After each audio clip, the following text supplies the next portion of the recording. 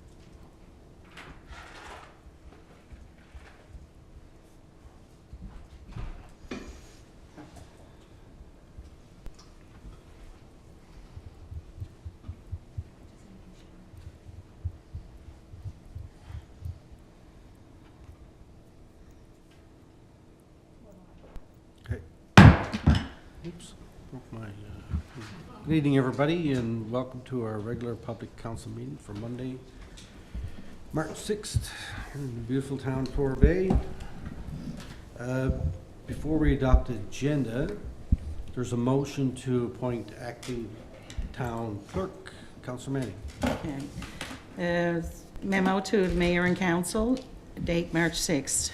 Motion required for the public council meeting of Monday, March 6, 2023. Appointment of acting town clerk. Chief Administrative Officer Town Clerk Don Chaplin will not be in attendance at the public council meeting of March 6, 2023. As a result, an acting town clerk must be appointed in order for the public council meeting to proceed. Please see the required motion below, which must be passed at the beginning of the meeting. Motion. In the absence of the Chief Administrative Officer, Town Clerk, for the Public Council meeting of Monday, March 26, 2023, that Director of Corporate Services, Norm Snellgrove, be appointed as Acting Town Clerk. Any operational matters are to be referred to the appropriate department director. So moved. Second. Moved, seconded. All in favor? Aye. Aye. Opposed? Carried. Thank you. All right. Let me see here. New business. Councillor Tapper? Pass. Pass. Okay. Councillor Manning? Pass. Councillor Appleby? FCM condolences and thank you. Councillor Goss? Pass. Deputy Mayor? Pass. And I just got some congrats. Okay.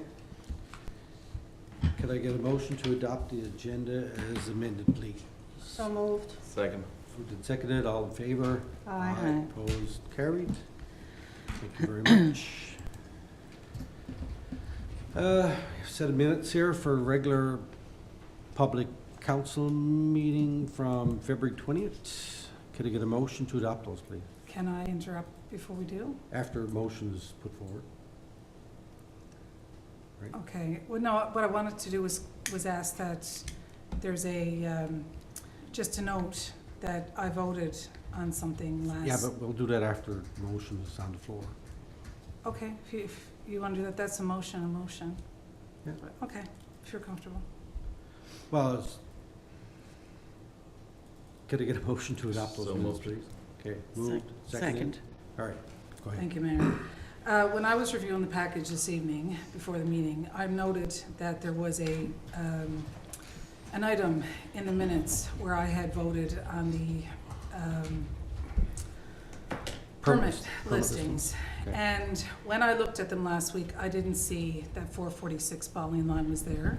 I did ask questions about the properties and the permits around Darrell Pye Drive. But I'm wondering if I voted in error, and because I'm always the one asking about conflict of interest and declaring up front and making sure that what I'm doing is transparent and open, I wanted to come forward this evening and share that I think I may have voted when I might not have done, maybe I should have stepped away, I don't know.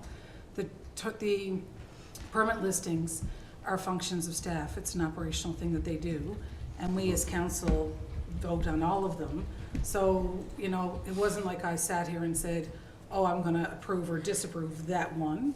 But if I'm gonna be open, accountable, and transparent, which is what the public expects of me, and that's what it means to have integrity, do what you're supposed to do, whether it's easy or not, I wanted to bring that to council's attention tonight and note that I think I might have voted in error, and if I have, ask if council would like to reconsider a vote on that motion, and I'm happy to step away to make sure that when council takes this decision and moves forward, and if there's any adoption of official meeting minutes, that this has been recognized and that the decision was taken properly and that a declaration is made before these meeting minutes are adopted. So it's a mouthful, Yeah, but I just want to be open, clear, transparent, and ask, should council take a vote if I'm in a conflict or not. I think I mean, it's right across the road from my house. I noticed in the package tonight, there's a subdivided property just up the street from you and I. So I wanted to ask the question, and I'm happy to step away and let council redo that vote this evening before we adopt the minutes. well, personally, I don't think there's any need, because we weren't approving anything, we were just accepting a report. So whether you accept the report or not, it doesn't matter, it doesn't have any effect on the permits that were issued in there. That's not a function of council, that's a function of staff. Those permits are already issued. So Absolutely. it's only accepting a report. So I don't see no issue there. Anybody?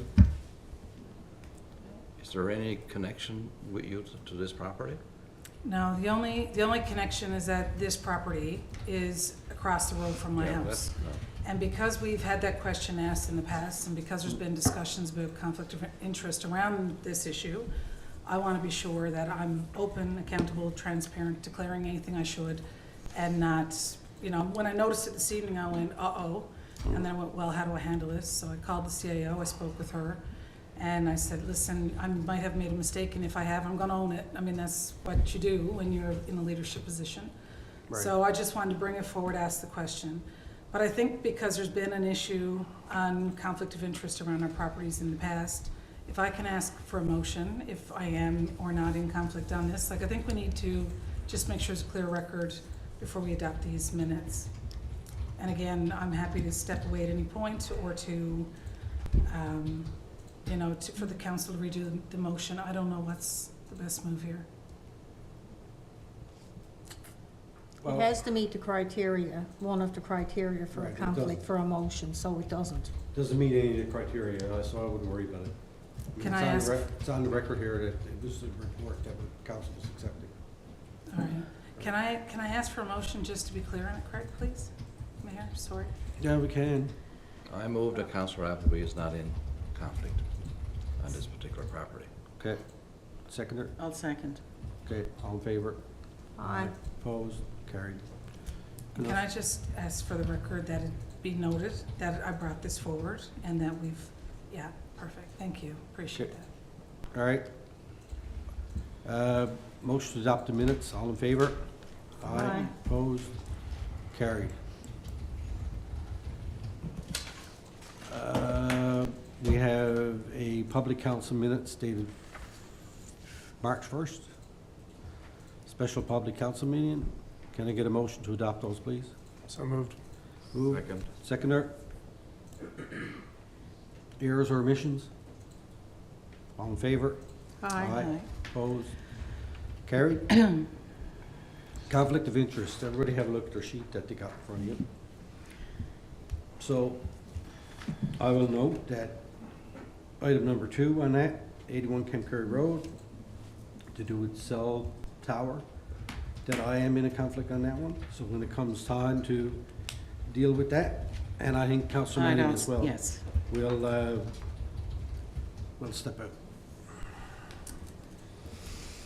Mayor, can I ask for clarification on the subdivided property across from our homes as well? Just to make sure that that's declared in here as well. Just, and I don't want to have to come back next week. But that's not, I could just do. that's not before council. No, but it's in the report to be adopted. We already adopted. No, there's, sorry, the upcoming report to be accepted here. Right. There's two pieces of land there that are just at the road from your and my home, where they've put a application in to have it subdivided, and it's been processed. It's in the report for this evening. Okay. So I just, again, I want to have direction from council on that to make sure that it's clear. All right, we'll deal with that when it comes up. Okay, thank you. Okay. Proclamations. Deputy Mayor. Proclamation World Lymphedema Day. Whereas lymphedema is a chronic and debilitating disease characterized by an accumulation of lymphatic fluid that causes swelling of the arms, legs, or other areas of the body, and which can cause disfigurement, disabilities, discomfort, pain, and distress, and impair quality of life. Whereas patients with lymphedema may struggle with pain and swelling, may have reoccurring severe infection caused by lymphedema, and may experience financial and psychological strains due to the difficulties of managing their disease.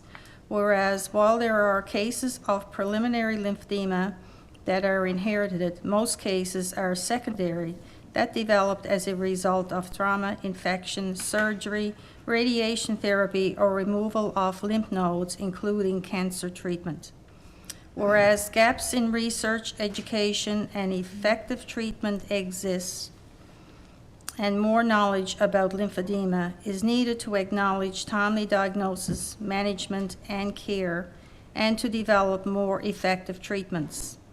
Whereas lymphedema is estimated to affect 2.8% of the population, or 14,800 people in the province of Newfoundland and Labrador.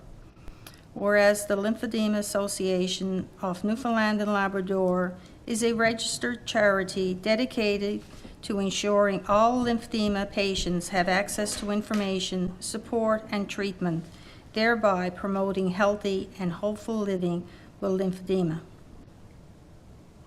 Whereas March 6th of each year is internationally recognized as World Lymphedema Day to raise awareness about this disease and the treatment options available.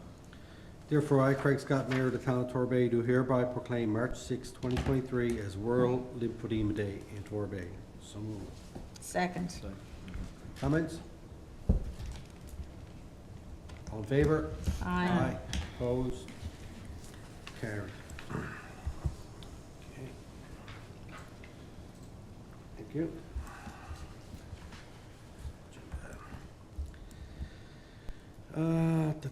No presentations. Mayor's report.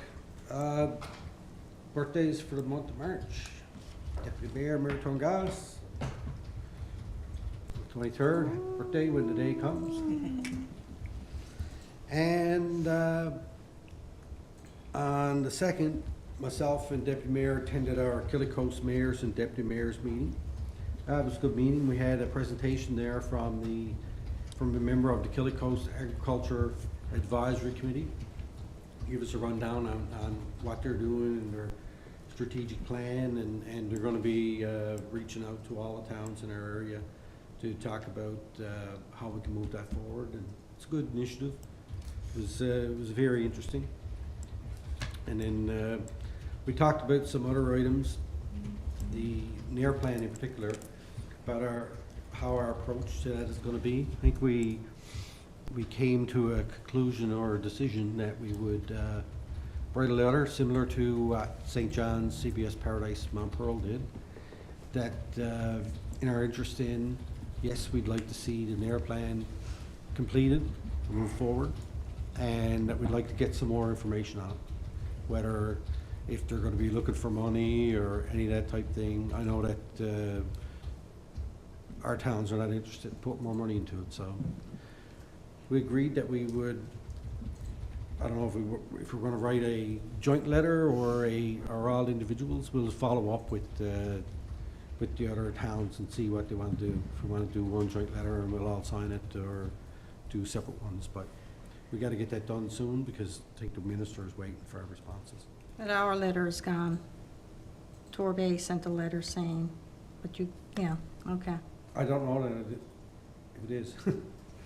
Okay, because no, at the last meeting, we had said we said that that we were going to. Send it and then copy that to the other towns was what was decided Yeah, on at yeah. that point in time, so. But I think knowing that we had that meeting coming up, that we might have held off. I have follow up with CAO. See. All right. Business Rising Report, March 6, 2023. Any items on that anyone needs to bring up? Okay, seeing none. Correspondence, we have correspondence here for Department of Children, Senior Social Development Capacity Grant Award. Looks like we are getting awarded some $50,000, which is nice. And that is there for our information purposes only. We have a correspondence here from MP Joanne Thompson. Looks like it's information purposes on the work that the government has been doing in our area. We have one from East Coast Trail Association, status update.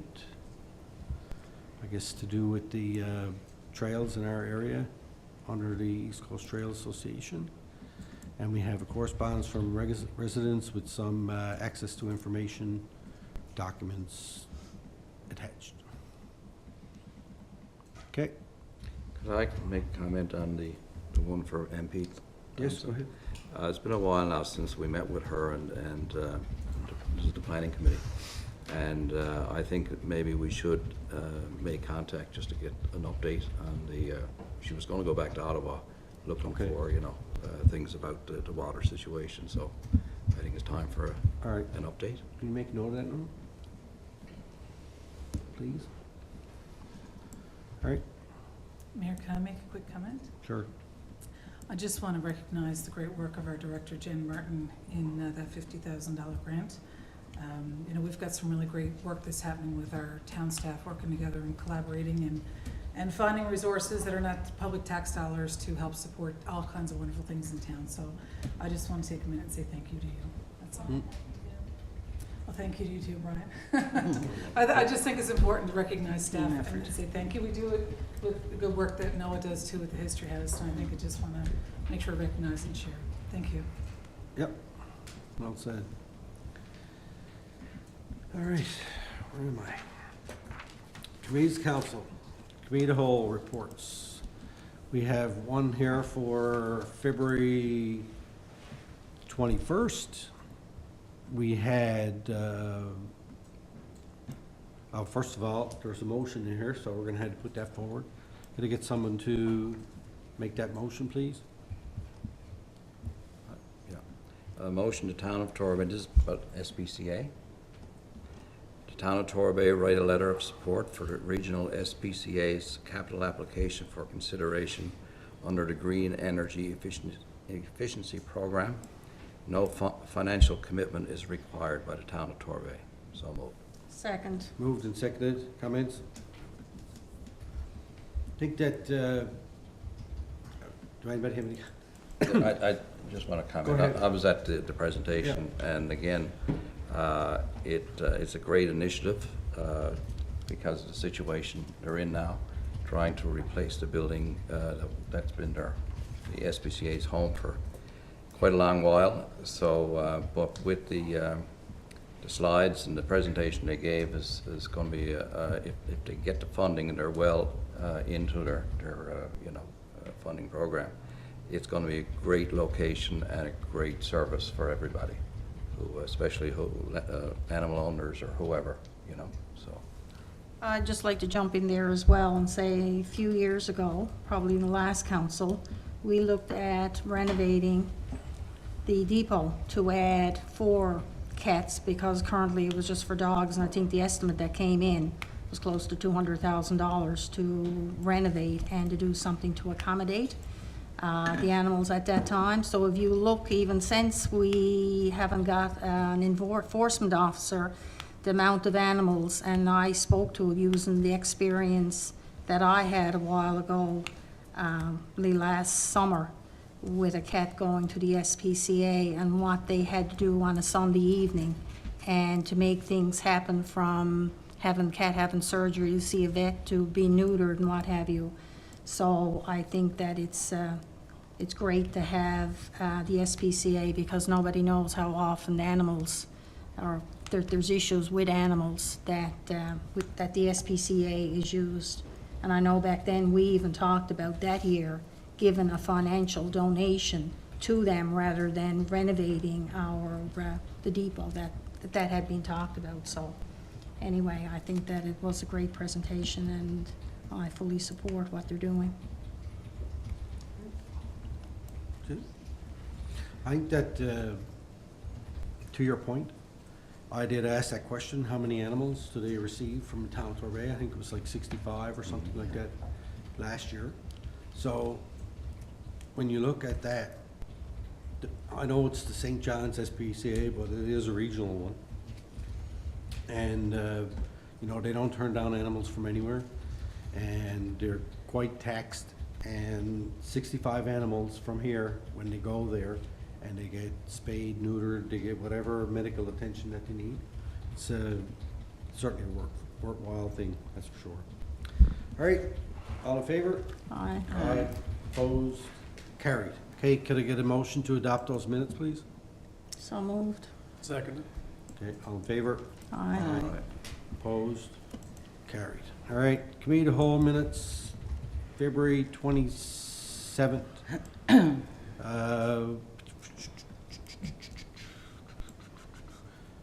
All right, there's a motion in here, and I know that, well, there's a couple of motions in here. The first one has to do with council professional development and travel policy, and I did have a request from Councillor Appleby after she spoke with the CAO to defer that one. So could we get a motion to defer that, please? So moved. Second. Seconded, all in favor? Aye. Aye. Opposed? Carry. All right, can I get someone to motion the second one in there to do with Manning project? I will if you like. So the Town of Torbay amend Section 6 of the Memorandum of Understanding with Memorial University as it pertains to the Manning project. The existing clause will be deleted and replaced with the following. Administration. This MOU will be administered through Dr. Sean Cadigan, representing the university, and an official delegated by the Town of Torbay, the Chief Administrative Officer. The administrator shall continue to participate in the Manning Collection Steering Committee and consider its advice. All decisions of the administrator shall be in keeping with the document attached as Schedule B to the MOU. So moved. Second. Moved and seconded. Comments? All in favor? Aye. Opposed? Carried. There's no more motions in there. Could I get a motion to adopt those minutes, please? So moved. Second. Moved and seconded. All in favor? Aye. Aye. Opposed? Carried. Alrighty. Planning land use development. Councillor Tepper. Okay, we had our meeting on March 1st. There's a couple of motion items. Number 1, CL 2023-001, Crown Land Referral, Unserviced Residential Subdivision, Condominium Ownership, 587 Indian Meal Line, RLL Land Use Zone. So the committee reviewed the background report presented in light of past approvals, and based on the department's recommendation, the committee had no objection and supports the Crown Land application moving forward to Council with recommendation for support. It is noted that the proposed use is discretionary, and a final decision would be at Council's discretion. It is also noted that a small piece of the Crown Land is located in the Portugal Cove St. Philip's municipal boundary. There is a plan for the proponent to meet with the committee at an upcoming committee meeting. A detailed background report on the referral is attached. So our recommendation, the committee recommends tabling Crown Land referral number 160851 for parcel 597A Indian Meal Line, with the recommendation to provide the following response to the Crown. The following motion is tabled. The town of Torbay is supportive of the Crown Land application number 160851, subject to the applicant making development application to the town, confirming that multi-unit residential use is subject to public notification and a discretionary decision by council. Said application would need to address the town and province's traffic, road access, engineering, well/septic, conservation, open space, and storm water considerations as outlined in the report. So moved. Second. Moved and seconded. Questions, comments? All in favor? Aye. Aye. Opposed? Carried. Okay, for this next one, I'm going to hand the chair over to Deputy Mayor. It's already been established by council that I'm in a conflict on this because I work for Bell Canada. And I think Councillor Manning has already been deemed in a conflict as well.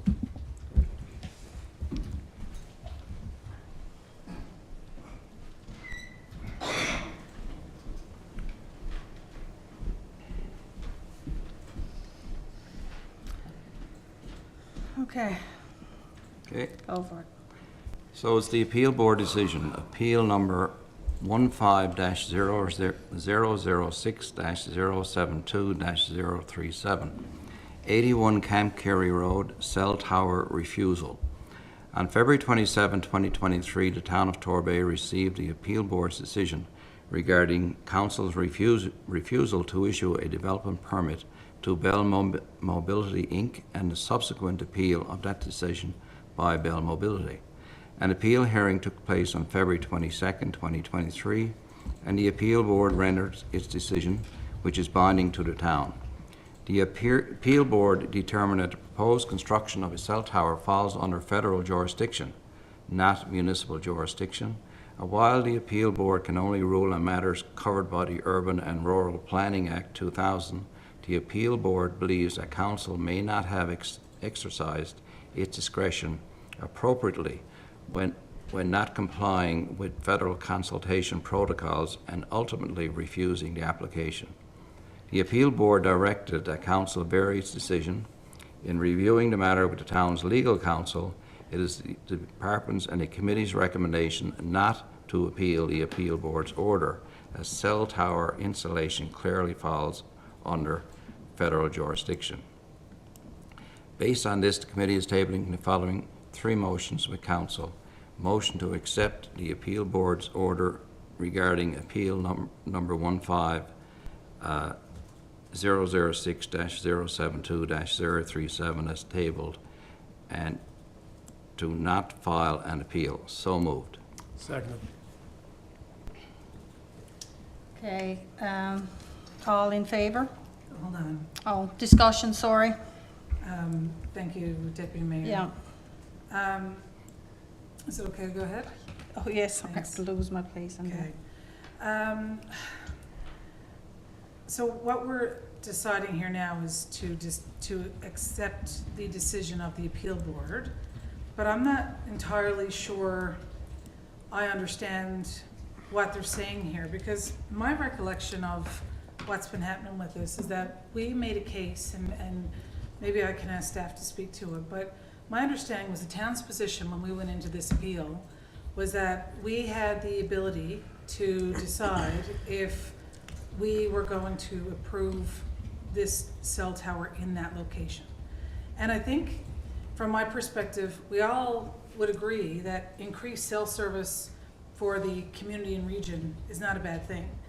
The people who have been concerned about this, and the 80-plus residents who signed the petition, have been very clear about health and safety concerns with the proximity of the proposed tower location to their homes. And I know we addressed that in some of the other motions in here. But I don't know that I'm clear, and I'm going to ask staff to help me understand maybe. Where is it that we're accepting this decision from the appeal board now saying that we don't have jurisdiction to refuse this? Because to my mind, if we didn't have any say in this whatsoever, we had no authority, then our staff would have looked at this initially and said, we don't have any authority here, and the feds are going to do what they want to do. So I don't know, and I mean, just to clear, I'm a federal employee, but I have nothing to do with cell towers and DFO and Coast Guard. But my question for staff is, how is it that we ended up making a decision, having a motion in the public chamber around this, if we don't have the authority? Because that's what I'm understanding from the decision of the appeal board. And I don't know that I'm prepared to accept that if we do have authority. So would you mind speaking? Can I ask staff to speak to some of that and help us understand what we argued in the appeal board hearing around this, how we ended up here, and staff's perception of what's come back here? Because I'm not sure that I'm comfortable with that. Well, TANF falls under as a discretionary use for the municipal development regulations for town. So basically, the motions, the three separate ones that we have, speak to what was recommended by the town's lawyers. That it's a very convoluted decision, I guess, by the appeals board. It wasn't really clear that council should vary its decision, and they never really was clear on if they did or didn't have the authority for the actual regulation for seeing if council,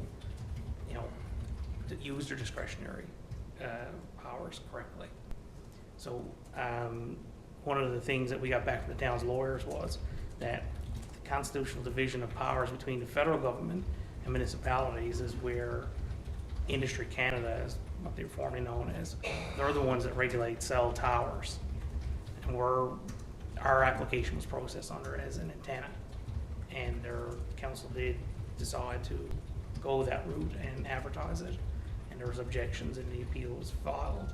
So what was recommended now was to not appeal it any further than the appeals board from the town, to move forward and appeal the actual appeals board decision, and to look at the possibility of developing our own protocol. It's something that has been, we're not reinventing the wheel. There's been other towns that dealt with the same thing, where ultimately even the city of St. John's, that Industry Canada has basically the overall hammer on making a decision on if a cell tower goes up or not.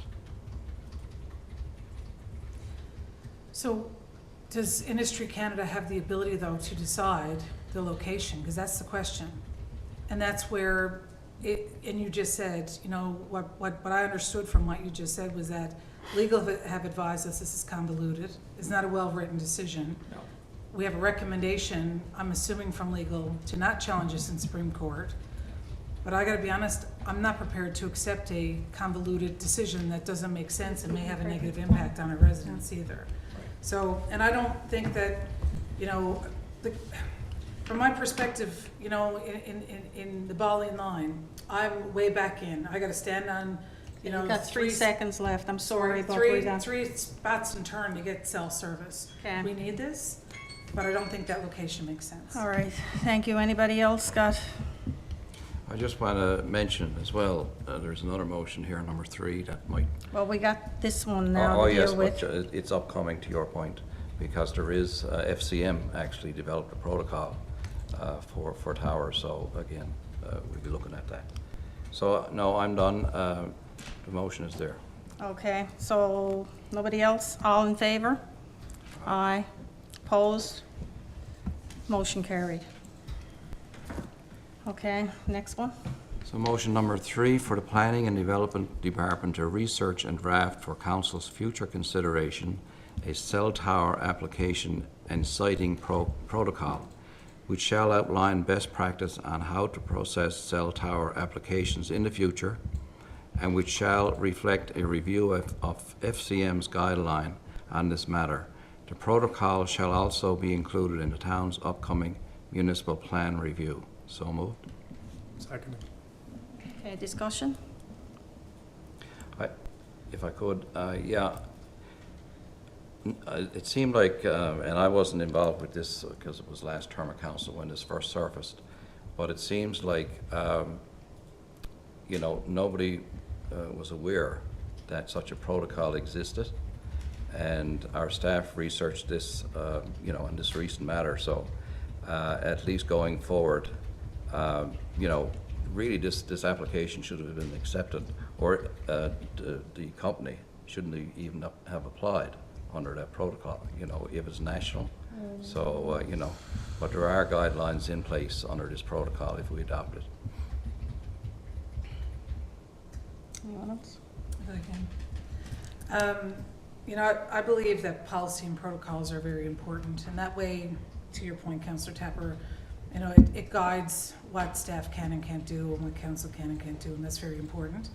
And I'm always encouraged to see, you know, the good work of our friends at FCM being implemented in our chambers, especially my own.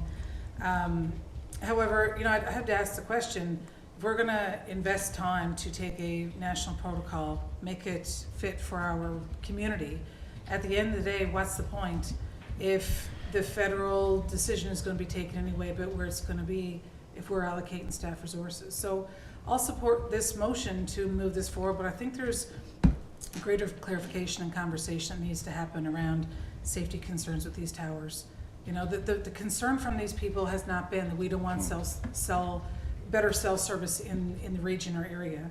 Their concern has been proximity to the home. And what they've asked is just move it up the street a bit so it's not impacting, you know, a family with small children in it. And these are the real concerns that the residents have.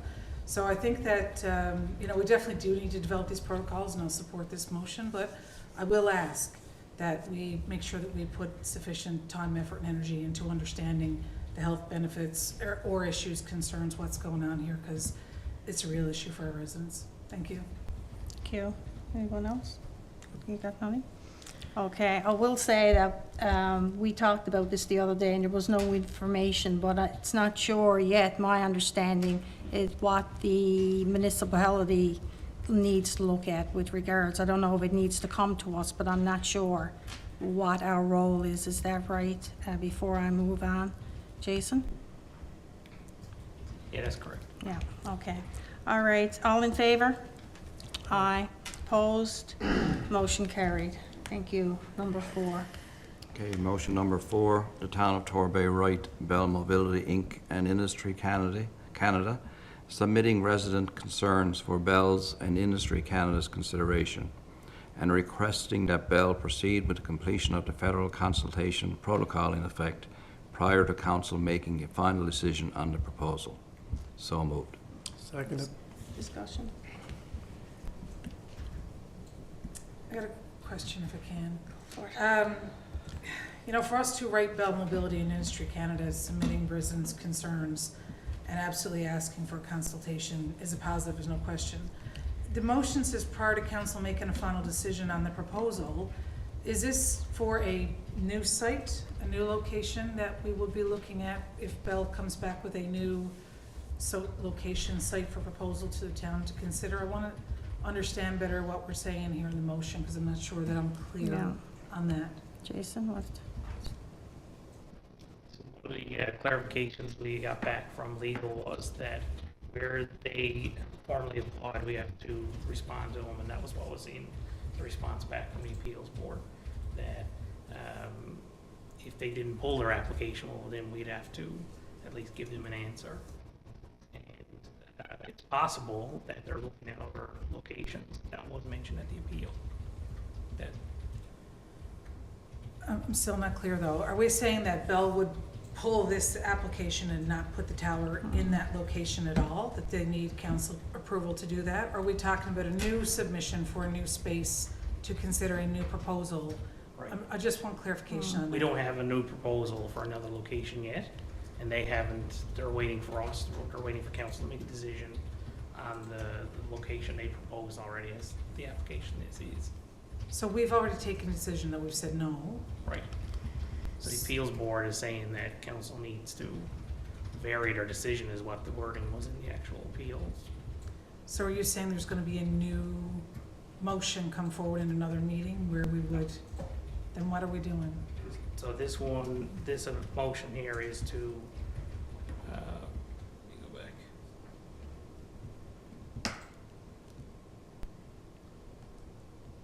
So basically, we're going back to give Bill the approval to follow the protocol for Industry Canada, that they still have to go through that process. And new information has come from Bill actually today that they've already received approval from Industry Canada for their application as is. However, they haven't provided us an actual written document of that. So is voting yes to this saying yes that the town of Torbay is deciding to vary? Is that what that is? 'Cause it doesn't say it in the motion. The way I'm reading this is that the town of Torbay is going to write back, share the concerns of the residents with Right. Bell and Industry Canada, ask that they complete a federal consultation process prior to council making a final decision on the proposal. So I don't see anything in here that talks about us agreeing to a variance or agreeing to the proposal. I do as well. It seems to be kind of confusing, and I really don't know exactly what we're voting on in this motion. So I don't know if we want to do something. Okay, I'm just going to add in, if I can, I don't know, but if anybody had read the decision of the appeal board, the last sentence in the appeal board decision was any concerns by residents were to be forwarded to Industry Canada for consideration. And I don't know if that's, but that was the decision in the appeal boards, the last sentence in it. Yeah. So I'm not sure, Jason, if that's what that the intent was, Right. but There was discussions at the appeal hearing that they would consider other locations and for the town to basically Yeah. mutually come to terms on if there's another location, but right now that hasn't happened until we basically Yeah. get through with this one. So I do have the board's order in front of me here. And it actually says the board orders a decision made by the town of Torbay on September 7th, 2021 to reject the application for Bell Mobility to construct the communication tower 81 Camp Carey Road be varied. Specifically, the board's ordered that the application be referred back to town council for consideration in respect to acknowledgement of the federal government Department of Innovation, Science, Economic Development Regulatory Authority for radio communication towers. So that's formerly Industry Canada. The authority of the appellant are bound by the decision of the Regional Appeals Board. So we had sent, once we received that off to legal, and the response we received back from them was basically that there's a few case laws that are complicated. We are satisfied that Bell is in the right and council cannot stop the construction of a cell tower. The issue has to do with constitutional division of powers between federal government and provinces, which includes towns. Only federal government can regulate the siting of cell towers, not municipalities. And there's some quotes there from different case laws that other municipalities have dealt with this the same way. Okay, with regards to discussion on it, the time is up for it, so we call question. All in favor? Opposed? I'm voting against it, and I'd like to have it on record. I'm not voting against sending resident information to Bell Mobility or Industry Canada. I'm voting because I don't understand that any part of this says that we agree to vary to the variance that's talked about in the decision of the appeal board, and it's not clear to me when prior to council making a final decision on this proposal part is what I can't vote on, because it's not clear to me, that part of it. So I am going to vote against it. So it's tied. Failed. Okay.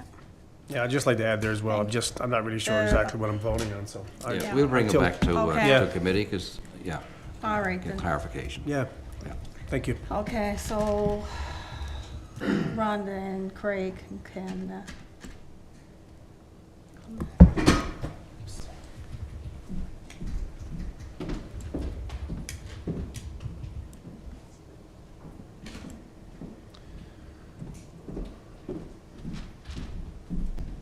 And can I request that those comments be included in the back to you now, Mr. Mayor. Great. Thank you. There's one more motion, Mary. That's it. Okay. We're at motion number 3, Craig. Mr. Mayor? Motion number 3. Permit listing. Oh, yeah, the permit listings, okay. So Mayor, this is the one that I asked with the conflict on. If you look at the permit listings, there's, we talked about the one for right across the road, but there's a one there to subdivide 2 lots of land just up the street. So I want to ask if there's a conflict issue there before we take a vote on this, please. You're talking about 615 Bowling Line? No, it's not that far up. Let me just find the permit listings. Boy, this is really small. 446 was the one that we talked about earlier, and there's another one here too. Yeah, I see it. I don't have my mouse and. 446 is just as a permit for a The new house residential build, house. but there's one there to subdivide. I can't find it here now. To subdivide the land.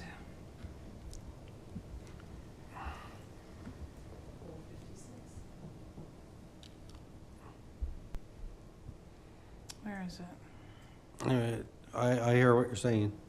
I don't think that it changes anything. Yeah, 456 Bowling Line, subdivide for new building lot is the one that's here, that I'm asking, because the one that we dealt with is down here, which is 446.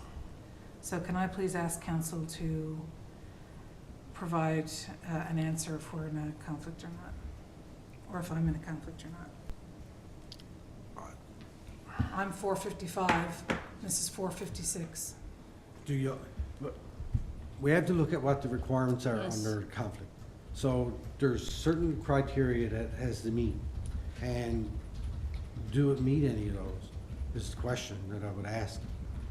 Like, I ask myself those questions because I live across the road. Do anybody that I know or live or part of my family or own any of that? No. So, does it have any effect on me? No. So I ask myself those questions and the answers comes back no. I mean, it is what it is. With all due respect, though, we are currently in the process of a appeal that deals with just this issue, if you and I are in a conflict with a development that's in the area. And there have been varying opinions of this, and you were voted not to be in a conflict, and I was voted to be in a conflict. It's not been clear about, is there a monetary impact to us for development in the region? And that's why I asked the question, because it's not clear, it's never been clear to me. We've had this conversation over and over All again, right. that's why I'm asking the question. Okay. If you want to ask council if you're in a conflict, So state what you believe the conflict is, and council can take a decision. I'm asking council. No, you have to state what you believe Why do I have the right puts you to in a ask conflict. council the question, and council takes the decision, Mayor? That's the way that the act It's works. under what? I understand that, but if a member of council has to declare a conflict or feel that they need to declare a conflict, first they have to state what they believe the conflict is, and then council can take a decision on whether it's a conflict or not. Yes. We can't just say, I'm in a conflict for no reason, and then council try and decide based on no reason. Norm, can you confirm that for me?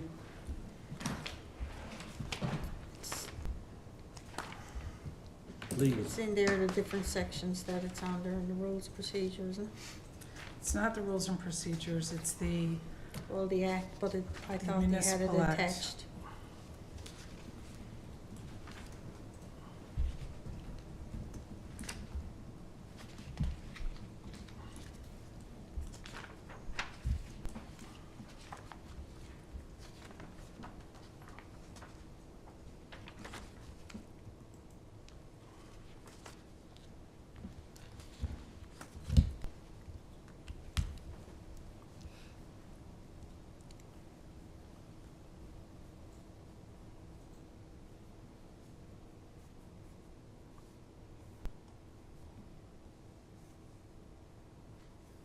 Mr. Mayor, can I make a motion on that?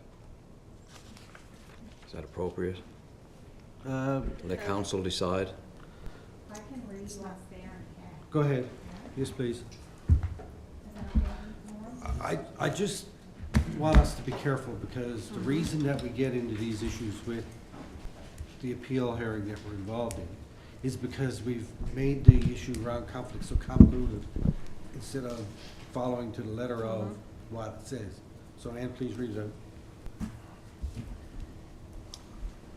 Yeah. So under conflict of interest in the new Code of Conduct Act, Section 5.1, a municipal official has a conflict of interest where in the making or involvement in the making of a decision, the municipal official's private interests are affected, or the municipal official is unable to act impartially on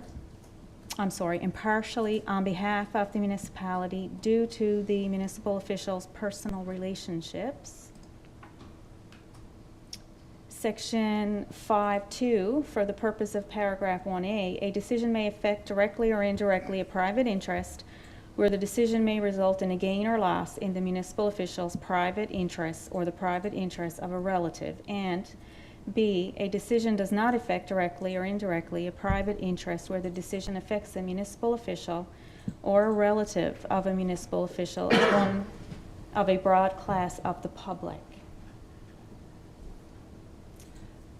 And for conflict of interest regarding councillors, I read the wrong section, sorry. Where a councillor knows or ought reasonably to know that the councillor has a conflict of interest in a matter before council, the councillor shall, where present, declare the conflict of interest before any consideration or discussion in the matter, disclose the general nature of the conflict of interest, refrain from participating in any discussion, refrain from voting, leave the room. There's a number of items there, actually. But it says that you have to disclose the nature of the conflict, right? What about what used to be section 209, where you ask council for advice? Ask council to decide. That's what I read previously. Okay. Did you want me to send it to you? No, it's fine. I think I got the gist of what you're saying. So, and just to clarify, so if a member of council feels they're in conflict, whether it's me or whoever, so I disclose that I feel I'm in a conflict and this is the reason why. I don't know if it's a really conflict or not. Can council decide? That's how it works. Okay. All right. Clear? yeah, that's exactly what I'm doing though. I'm asking, Right, so you have to declare what the nature of the conflict is, and then council can determine So- if there's a conflict. so there's a a subdivision of a piece of land. My home property is 455 Bowling Line. The property that's in this report is 456 Bowling Line. And it says here, when I'm looking at the act,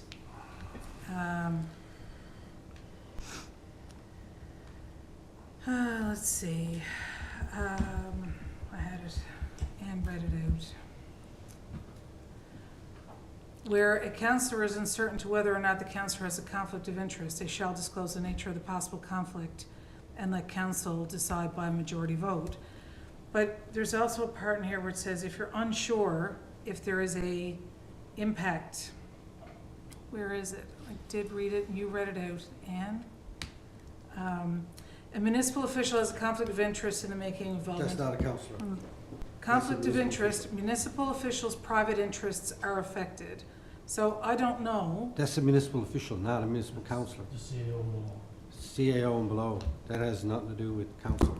Okay, then where's the conflict, sorry? I thought you just read it out. Section 5, what you just read out. That's municipal Councillor official, Appleby. council section 6. No, where a councillor is uncertain as to whether or not the councillor has a conflict of interest, the councillor shall disclose the nature of the possible conflict of interest to the council, and the council may decide by a majority vote. Right. Yeah. So that's So- basically what I said. And the question that I have is, if this happens, which it's a function of council, so my understanding is this is a report that we're accepting, it's already been done. But if I vote on it, is there any potential for a conflict? And I don't know, because like I said earlier, we've been all around the mulberry bush on this one issue. But if there's a development in a proximity to my home, does that have a potential financial impact on me? I don't know. I have no plan to sell my house or move or do anything like that anytime soon. But I have no clear knowledge. I don't know the people, I don't know, you know, like I don't have, it's not a relation of mine that's doing it, but I do have a home in the area. And if there's changes being made to land there or development happening there, would that have an impact on my property? I don't know. So, and I've read, for all the stuff for the appeal for tomorrow, I've read it all, so it's all fresh to me. And the question is, you know, if someone is not sure, that we're supposed to ask the question.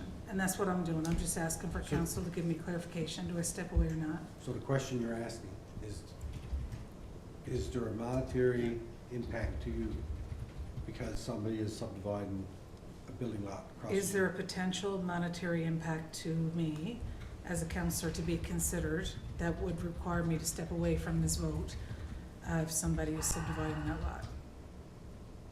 I don't see it. Can I make a point Go of ahead. order? Yeah, I think it's up to council to decide, okay. as we have done before, if Councillor Appleby or anybody else is in conflict. All right. So I will move that Councillor Appleby in this situation is not in conflict. Okay. Based on what?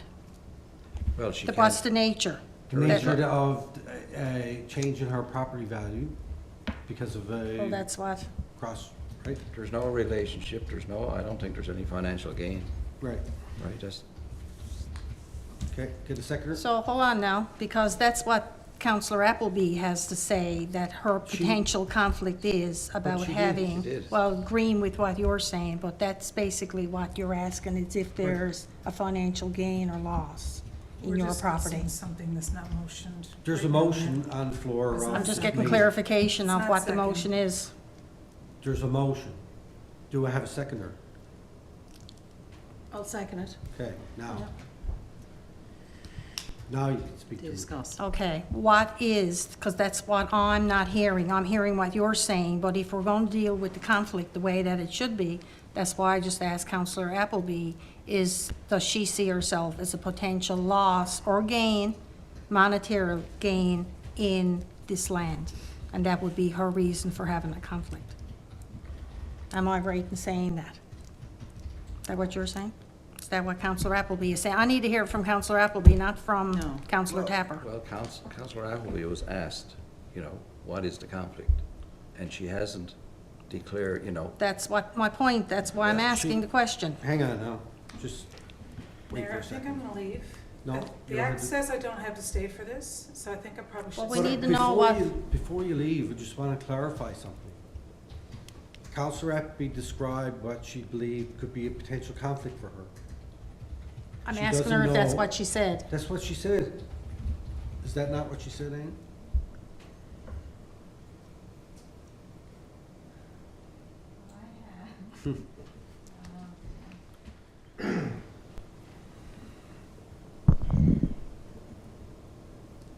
So she said she's not clear if there's a monetary impact for developments in the region. Right. Yes. Adjacent to her house. So that's what she's asking council to determine. She's not clear if there's a monetary impact to her because of this application across the street. That's what she said. Yeah. Okay, all right. All in favor? That there's Aye. not, right? That she's No. not, right. Yeah, aye. Opposed? Carried. Thank you. All Just- right, Yep. motion to accept the permit listings, that was already read out, right? yes. All in favor? Aye. Opposed? Carried.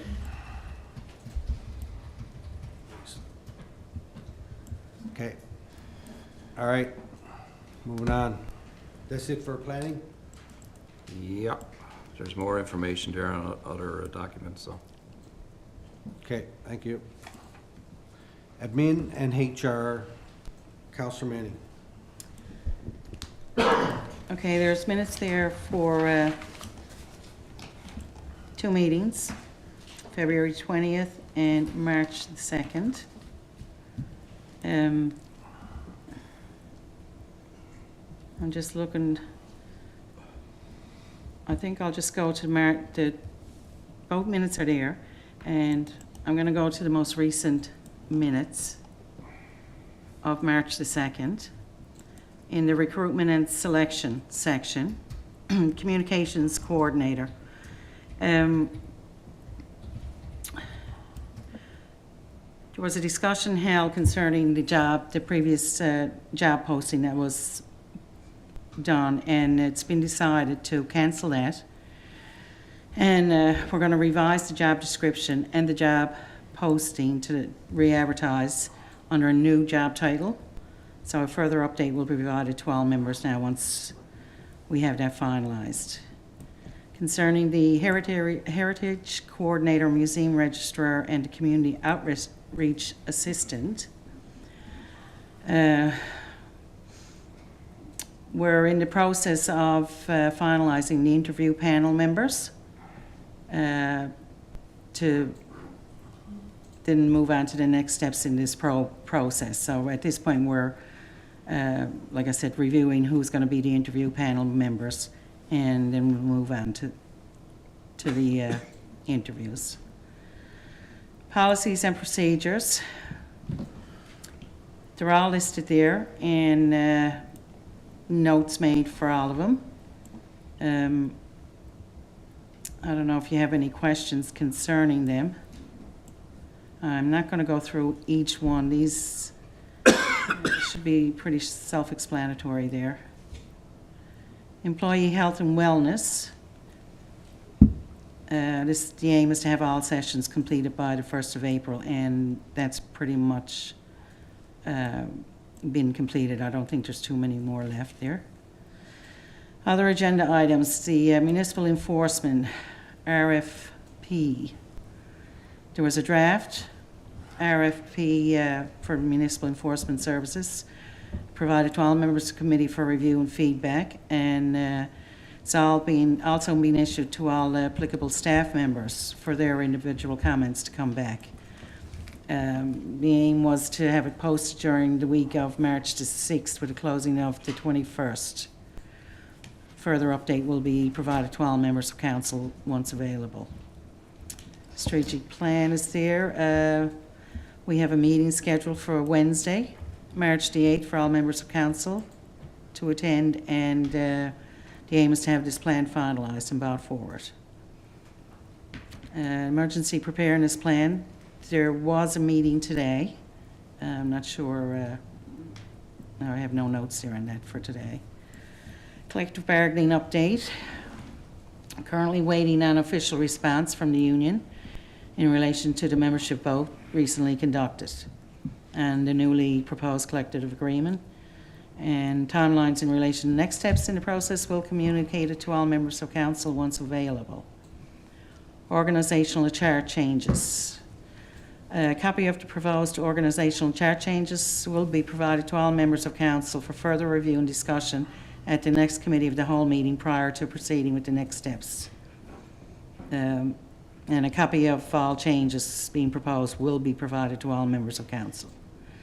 List of approved positions in the 2023 budget, that's attached for everyone's review. So other than that, Deputy Mayor, did you have anything to add there? No, it's fine. Good.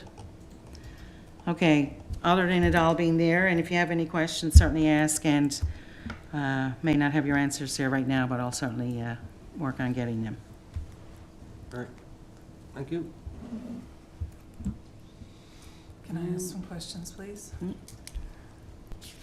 The first one, the communications coordinator. So if there's going to be a revision to the position and a salary adjustment, that'll come back to council Absolutely. for review and discussion before Absolutely. anything changes. Absolutely. The second question is around the History House positions. Yeah. The information that I asked for in the last couple of meetings around when the position was hired, circumstances, who was approved, all that stuff. I'm just going to ask that it's be included in the next public package. The questions I asked were specific and they're in the public record. So I'll ask if that information can be provided in the next public package, please. I'm curious to understand, are these positions of the Heritage Coordinator and the Community Outreach Assistant still active jobs with the employees in them within the town? Is that what's the current situation? Do we know? Yep, right now, to my understanding, yep. Okay. Yep.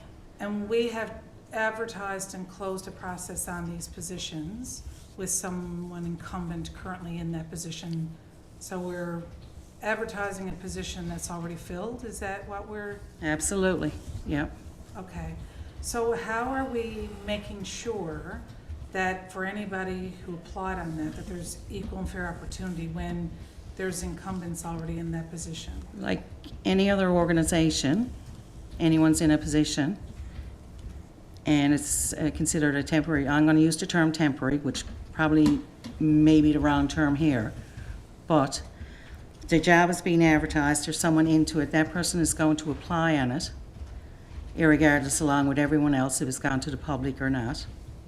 So I'm not sure what the issue would be. Well, the question I have is if we're continuing the staff people in these positions, why are we advertising? Why are we going through the process of? It's advertised for people to apply for that position, to come in and interview for those, for any positions. But one of these positions in particular has never been advertised. So the question is, why now?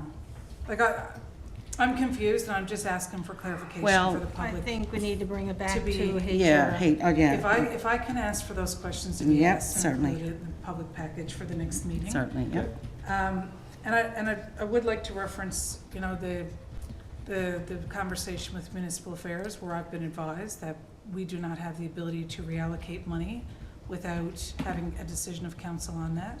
So how did that come to be? Because I don't know. Yeah, I spoke to CAO about that, and that's entirely the circumstance around this.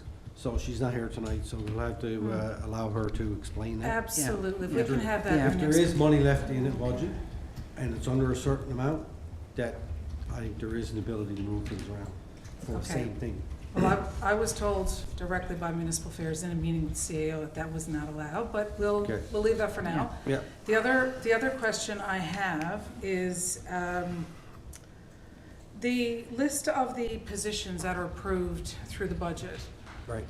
are not a part, as I understand it, of the current org chart. There has not been a public review of the org chart, nor the associated salaries that will go with those positions in an org chart for council to debate, discuss, and approve. The budget happens behind closed doors. There's a number of meetings that we have, but the budget as a whole has been brought forward and adopted, but the actual individual positions have not been brought forward and adopted in public chamber. So what I'm asking is, are we going to bring these additional positions that have been approved in the budget through the committee to the public chamber in a org chart that's complete, so that we can have the conversation in the chamber about what's the need of that position, why do we need to change the communication, what's the, like, I mean, there's justification. There has to be some justification as to why the communications coordinator position needs to be reviewed Right. and looked at. Because the salary we were offering was way too low for the So- position that we wanted. So, but what I'm saying is that if we're looking at, I mean, from what I understand, and I could be wrong, it happens once a year, right? Like, in all honesty, it does happen, right? So that's why I'm asking the question. If we have a org chart and we have approved boxes and council's debated, because we have on the last org chart in the chamber, then we fill those positions and off we go. But my understanding right now is we've advertised positions that, although they've been approved as part of the budget in the backdoor conversations of council's budget, these positions have been advertised. We don't have them approved in the council chamber as being part of our work chart at this point, but they're already There's- closed. But we don't have any, there is no policy written anywhere that says that council has to hire within what's the existing org chart. Org chart has to be something that's flexible as we move forward and through operations. If we learn that positions are necessary in whatever area of the town, that they can be done, and I guess the org chart can be updated later to reflect it. But Mayor, to that point, I respectfully disagree. I think that we Well, need to, Okay, go ahead. I do think we really need to have strong HR policies at the town. I think we need to have fair and equal opportunities for employment. And it's become, you know, I've only recently learned that we've hired somebody where there wasn't free and fair opportunities for employment, in that it wasn't even advertised. So what I'm saying is, like, I think that we need to, and look, we've got great people on this committee working on it with great experience. And what I'm asking is that, you know, we've got all these other policies and documentation that we're talking about and around HR that makes me very excited to see the framework in place, so we can know what's where and how, and staff has direction and council has direction, and the public knows what's going on. All I'm asking is that, you know, we need to go back and have a look at this and make sure that from a hiring perspective, from a policy and procedure perspective, that we cover this off, so we don't have circumstances where people are looking at us going, you're not doing things the way we want to see it done. And that's all I'm asking for. Okay. So I'll ask for that to be brought back and looked at, and All right. then if committee can do that and bring it back to us, it'd be great. Thank you. Thank you. All righty. Okay, thank you. Thank you, Councilor Manning. Corporate Services, Councilor Tepper. Okay, we met on, committee met on the 2nd.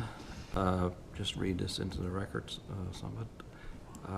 Payroll, regular payroll for 57 employees for the 2-week period ended February 24, 2023.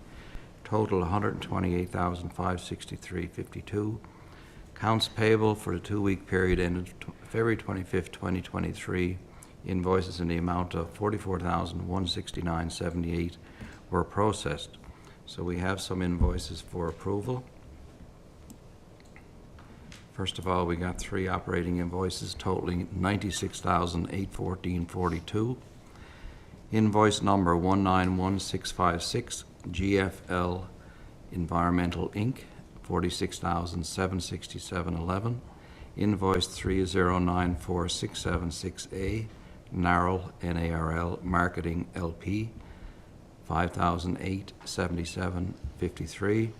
Invoice February 16 to the 28, 2023, Receiver General, $44,169.78. So move for payment. Seconded. Moved and seconded. Questions? All in favor? Aye. Aye. Opposed? Carried. So we have one capital invoice totaling $25,623.41. Invoice number G412933, WSP, $25,623.41. So moved for payment. Seconded. Moved and seconded. Can I just ask for clarification, the water system upgrades that we're doing here, what exactly is that 25,000 for in the cost shared agreement, Norm? That'll be a question for Brian. That project is our flow meter project, so that's the a portion of the consulting fees for the flow meter project. All right, thank you. Yep. Okay. All in favor? Aye. Opposed? Carried. So we have some motions as well. So motion number 1, vehicle mileage reimbursement rate. That's financing for the Torbay Roads project for the summer. I forgot to change the title on the motion. Which motion are you talking, the last one? Motion 1, vehicle mileage. Oh, so- I'm sorry. That's financing for the Torbay Roads project for 2023. Okay, so everybody get that one? I wondered what that was. Okay, I just call it motion number 1. Financing rates were solicited to finance the town's portion of the Recreation Open Spaces project and the 2023 Torbay Roads project. The Recreation Open Spaces project is $177,176 project that is cost shared with the province 60/40. The town share is to be financed. The town's share to be financed is $70,870. The 2023 Torbay Roads project is a $1,412,521 project that is cost shared with the province 50/50. The town's share to be financed is $706,260. So the quotes received, there were four, sorry. The quotes received for these borings were from TB Bank, and they're based on 3 and 5 years, and you can see the difference in the percentage. RBC, NLCU, and NLCU for each project. So the quotes provided by RBC and TD Bank were for both projects financed in a single loan. Borrowing rates are expected to decline over the next 3 years as inflationary pressure eases. The committee discussed accepting the 3-year term rather than the 5-year term. The higher rate will cost the town an additional $920 in interest per annum over the first 3 years. However, this will be offset over the remaining amortization of the loan at a lower rate. The committee recommends awarding the financing of the Recreation Open Spaces project and the 2023 Torbay Roads project to TD Bank for a 3-year term and 15-year amortization at the rate of 5.207%. So moved. Seconded. Moved and seconded. Comments? Just a question about the difference in the 3-year and 5-year term with the projections with the inflation. You know, a bird in hand is worth 2 in the bush, right? Or however that saying goes. And you know what, I'm looking at 5.089 compared to 5.2 between a 3 and 5 year. Loves you, but I got to ask the question: have we calculated that out over? Is that where the 920 comes from? Norm, Yes, can you clarify that that's for the me? differential in the rates. By taking the higher rate, we'll pay that much extra with the belief that interest rates are going to drop and then we're going to refinance it at a substantially lower rate quicker. So the risk that we're saying by going for 3 years is $920 a year, so less than $3,000 on the risk that we'll have a lower interest rate come year 4. Yes. Got it. Perfect. Thank you. That was my question. Awesome. Thank you. I knew someone would ask. That's why I calculated the amount and put it in there. You probably knew that was going to be me to ask, but thank you. Okay, all in favor? Aye. Opposed? Carried. So motion 2, Northeast Eagles under 13A, Neil Maynard Tournament sponsorship. The Northeast Eagles under 13A hockey team will be hosting the Neil Maynard Hockey Tournament at Jack Byrne Arena. The tournament is open to teams from all over Avalon and has A, B, and C divisions. It has become a warm-up tournament for the provincial tournaments which occur shortly thereafter. The Northeast Eagles under 13A team have requested a donation from the town to assist with the cost of organising and running the tournament. So we discussed, and in accordance with the town's donation policy, the committee recommends a donation of $200 towards the cost of hosting this tournament. So moved.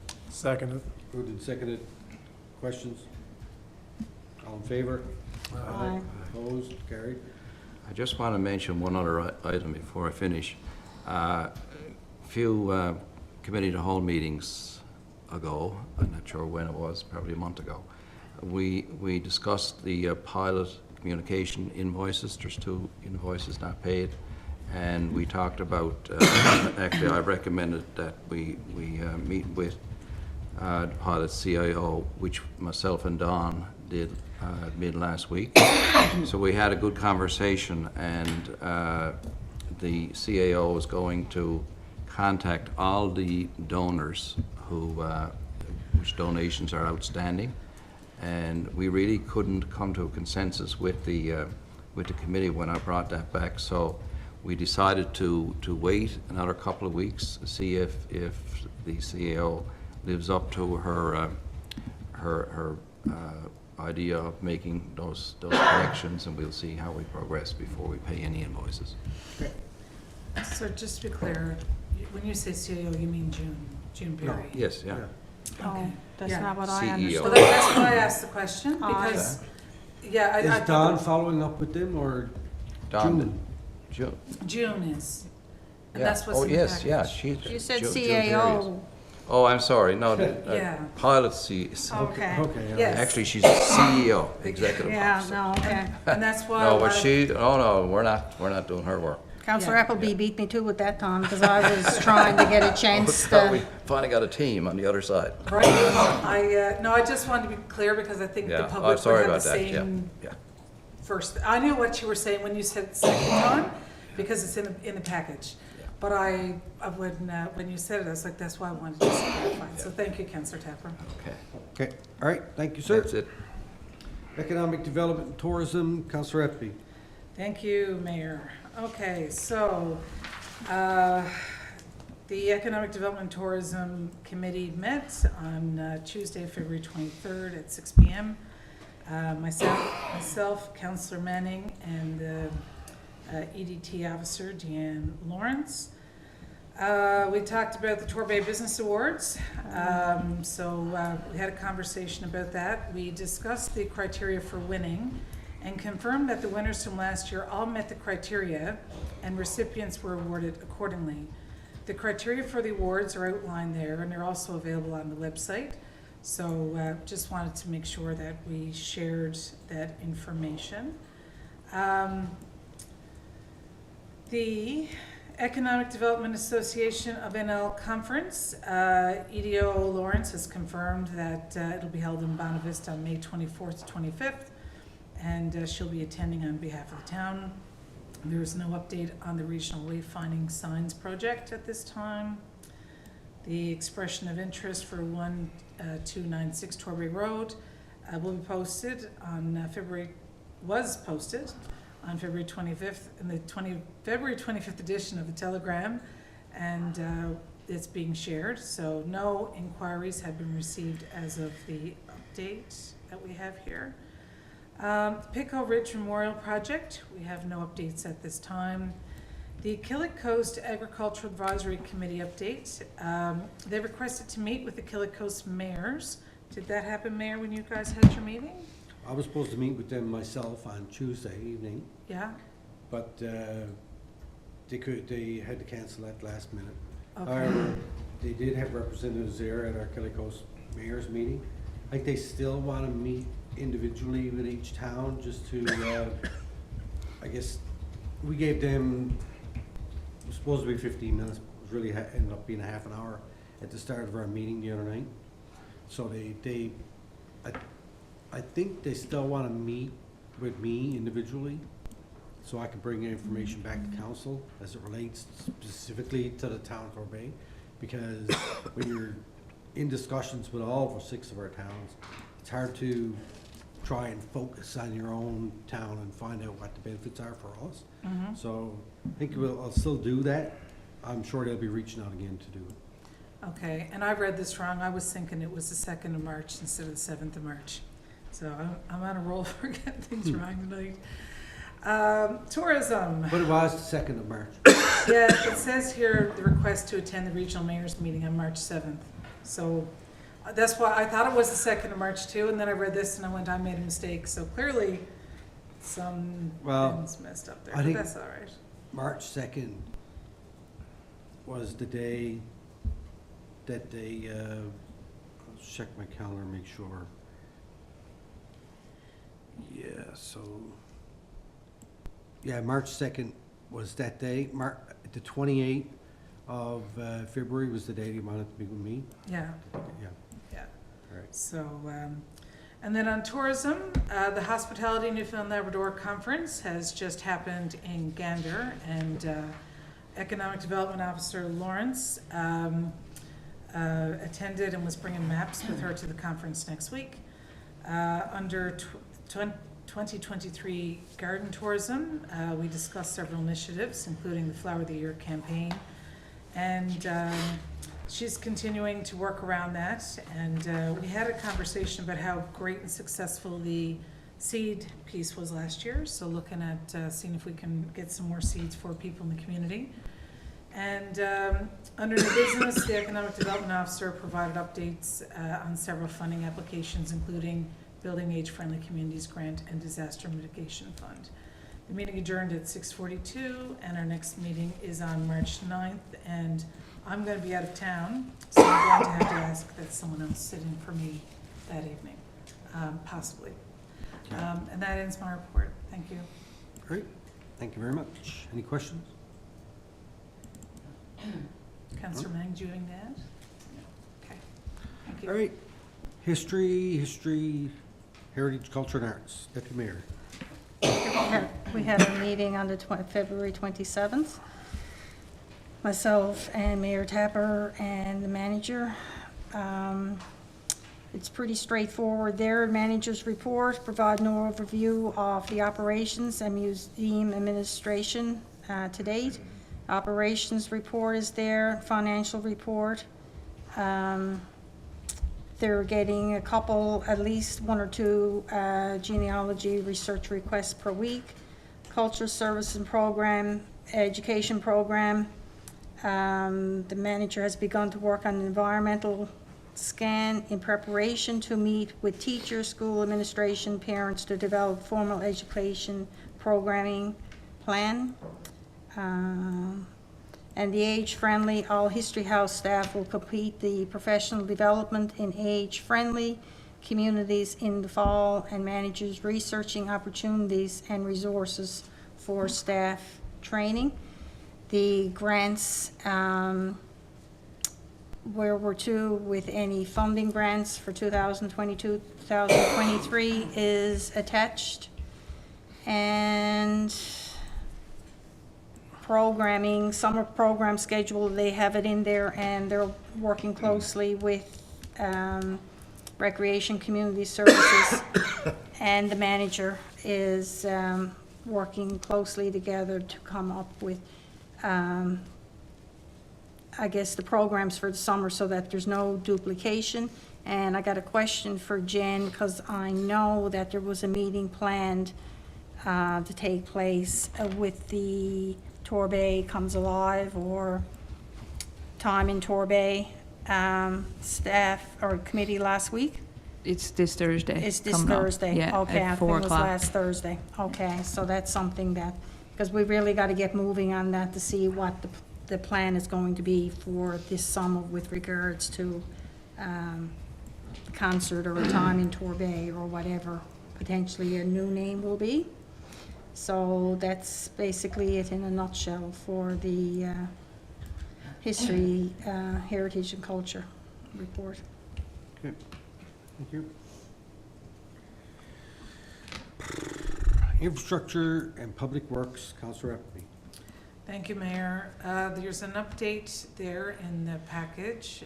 Councillor Pollard is away, and we weren't able to get a meeting together that morning. Before you go on, I apologize, because I was supposed to be there for that meeting at 8:15, and I was working, and I could not, and I never had my phone. It was lots of circumstance, but I never miss a meeting. That is the first meeting that I've missed that I said I was going to be to since I've been here for almost 10 years, I guess. And you got a pretty I'm good sorry. record. It's okay. It is okay. That happens, and that's life, right? So myself and the director, we had a run through the items that are there. I'm satisfied and happy with all the updates that we have on where things are going. If anyone's got any questions about anything that's there, by all means, feel free. It's a lot of, the same that we continue to be working on. But I'll just leave the updates to open to any questions if anybody wants to ask them. I just got a question here, and I guess it's been on the go for a while for the Director of Public Works and Infrastructure, and that's what is the status on the cleaning RFP? I understand you're doing the cleaning RFP for the building, or buildings. Yeah, so that is drafted, and the CAO is currently reviewing it. I've sent it back to her, sent it to her late last week, and she came back to me on over the weekend, and I sent her back another draft this morning, actually. So that should be out in, I would think before the end of the week we'll have that out. End of this week? I would think, And yeah. what's the turnaround time on that? I would think front? probably, I'm probably thinking 14 days, I would think. So who's currently doing the cleaning and that here now? Currently, we're still using Newman's Cleaning, who had the most recent contract with us.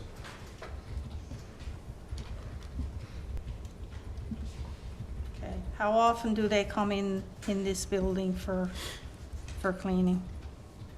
3 times a week. Okay. That's the standard. We did 3 times at the depot, 3 times here, and we do the multi-purpose buildings as required after people use them.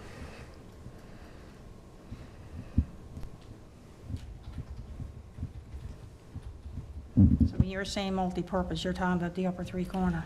Multi-purpose buildings, yes. So Yeah. multi-purpose building and the softball, sorry. Okay. Because when I hear multi-purpose, I think about over at the Common. Okay.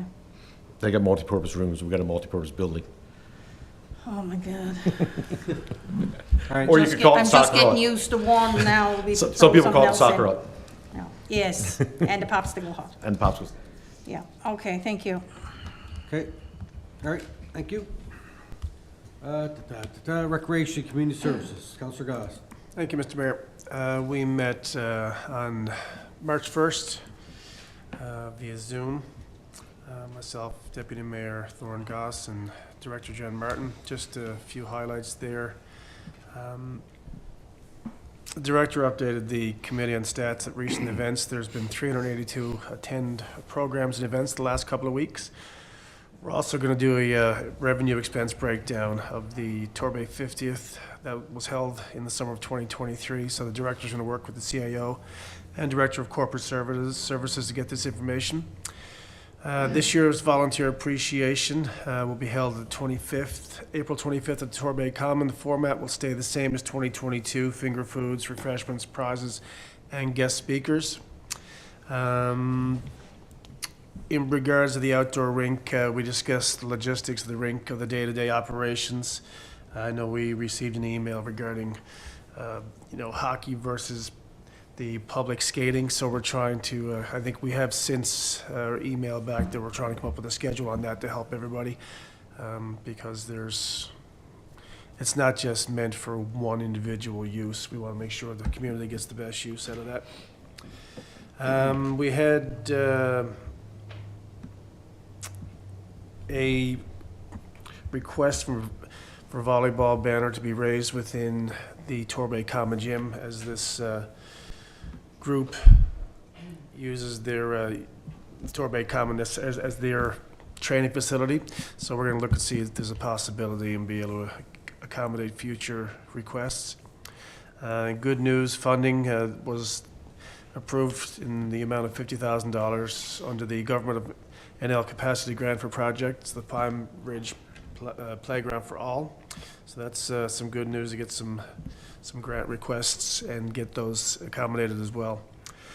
We also had the Air Cadet League of Canada request. This came to the committee. Basically, we want to be able to accommodate them in a time that fits them, and also within some budgets that we're doing with some other youth programs. Beyond that, there's some other information there for everybody's reading. If there's any questions, feel free to ask, please. I just want to ask Jen, what's the status of the phone booth initiative? I referred it to Brian, Public Works, on Thursday, I think. You're going to bring it to your committee next week? That's correct, yeah. Because Trails falls under Public Works. Fine line between a lot of them, so. And what that is, what I'm asking about, is Dare Lake has, and it came up during Bell Mental Health Week, I guess, or day, and they, maybe some people have seen it, but they have one of the old-fashioned phones on the trail. Dare Lake, I know for sure, is one of them, and where they can potentially call a loved one, and they show that. So that came up and we had it, and a resident, I guess, requested, thought it would be a really good idea to have one up by Wide Away's Pond because of the trail being made accessible, and that up there, I think the fall, and that there's funding available and what have you. And as well, in that general location and that up there, there's like a group of young people due to the tragic loss of a teenager in a car accident, and put it all together and said this would be a really good location to have it. So it's been back and forth with us since back in January, I guess, when this came to light. And I've offered, if we can't get one of them old phones, I even said that I'll contact somebody that potentially used to work with a telephone company or with Bell, and kind of be nice to get maybe the old payphone or something that symbolizes, and all they've got is a peak over the top where you can go in. I'm sure you probably saw it on the news and that, what I'm talking about. And I think it'd be a nice initiative, because anybody out there that's using it, they find it really good on anniversary dates and that to go down. It's not hooked up to anything. You just go and talk into the phone, just talking to your loved one. So that's what it's all about. So any support on what we can do to make that happen sooner versus later, it'd be really good. I find, I like the idea, and I've seen it. Yeah. I find it interesting, and I kind of laugh a little bit when you say an old-fashioned phone, when that's the phone that I had in my house when I was young. When I think old-fashioned phone, I'm thinking them big wooden ones with the crank on it. But now we're talking plastic ones with a handset with the curly cord on it. I know, but even that, and when you look now, because if I go in anywhere and I noticed the Jack Byrne Arena the other day, and I'm thinking, oh my God, they actually got a payphone in the lobby, because you don't actually see them around very much anymore. So that's what, the whole initiative that started from, so. It's some old-fashioned, yes. Oh, all right. Can I ask a question? Sure. I wanted to ask, when you look at the revenue expense breakdown for the Torbay 50, I don't know, it's going to be hard to do, I would expect, but if we can find a way to see if we can monetize what the in-kind contribution of the volunteer committee has been, and what's gone on. I mean, countless hours in this community goes into volunteerism. And, we've got the volunteer appreciation event, so maybe we can highlight some of that at the event if we could look at it.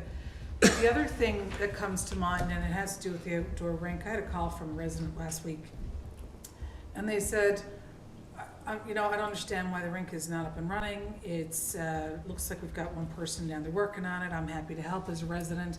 Just wanna see, we've got such short windows, and boy do we ever, because I've had outdoor rinks myself, to enjoy them.